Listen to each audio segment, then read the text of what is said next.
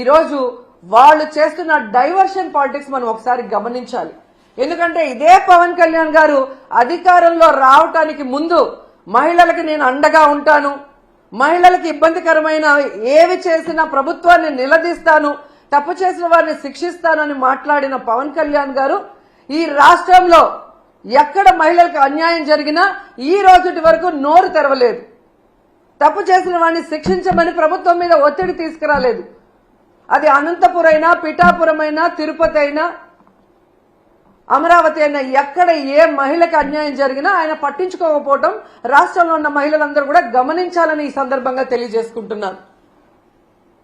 హోంమంత్రి గారుగా తన అధికారాన్ని ఉపయోగించి ఆడవాళ్ళని కాపాడాల్సిన అనిత గారేమో నా దగ్గర లాఠీ ఉందా, నా భుజాన గన్నుందా, నేనేం చేయగలను మాట్లాడిన గొప్ప వ్యక్తి.